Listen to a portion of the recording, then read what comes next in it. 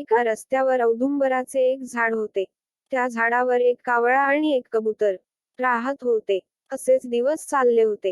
एकदा कडक उन्हाळा पडला. तेव्हा कावळा आणि कबूतर दुपारच्या कडक उन्हाच्या वेळी झाडाच्या पानात आडोशाला बसले होते. त्या वेळी त्या रस्त्याने एक वाटसरू चालला होता. कडकडीत उन्हाने घामाघूम होत चालून चालून तो थकला होता. हे औदुंबराचे झाड दिसताच तेथेच आराम करावा म्हणून तो झाडाखाली बसला. जवळची शिदोरी सोडून त्याने भोजन केले व तेथेच जरा आडवा होऊन झोपी गेला. काही वेळाने सूर्य पुढे सरकल्याने झाडाची सावली बाजूला गेली. त्यासरशी वाटसरूच्या तोंडावर उन्हाचा कवडसा पडला. झाडावर बसलेल्या कबुतराने हे पाहिले.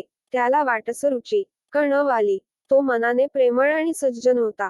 त्याने आपले पंख पसरले आणि त्या वाटसरूच्या तोंडावर आपली सावली पडेल असा तो बसला. त्यामुळे वाटसरूला शांतपणे झोप लागली. पण झोपेत त्याचे तोंड मात्र उघडे पडले. कावळा हे सारे पाहत होता. दुष्ट स्वभावाच्या कावळ्याला वाटसरूचे हे सुख पाहावले नाही. कबुतराच्या सत्कार्याचा त्याला मनातून रागच आला. त्याच्या दुष्टपणाने उचल खाल्ली. त्याने वाटसरूच्या उघड्या पडलेल्या तोंडात आपली विष्ठा टाकली व लगेच तेथून पळून गेला. बिचाऱ्या कबुतराला कावळ्याचा हा कावा समजला नाही. तो पंख पसरून वाटसरूवर सावली धरून होता. तोंडात विष्ठा पडताच वाटसरू झोपेतून जागा झाला. तो फारच संतापला होता. इकडे तिकडे पाहत त्याने वर पाहिले असता कबूतर पंख पसरून त्याच्यावर फांदीवर बसलेले दिसले. त्याला वाटले या कबुतरानेच आपल्या तोंडात विष्ठा टाकली.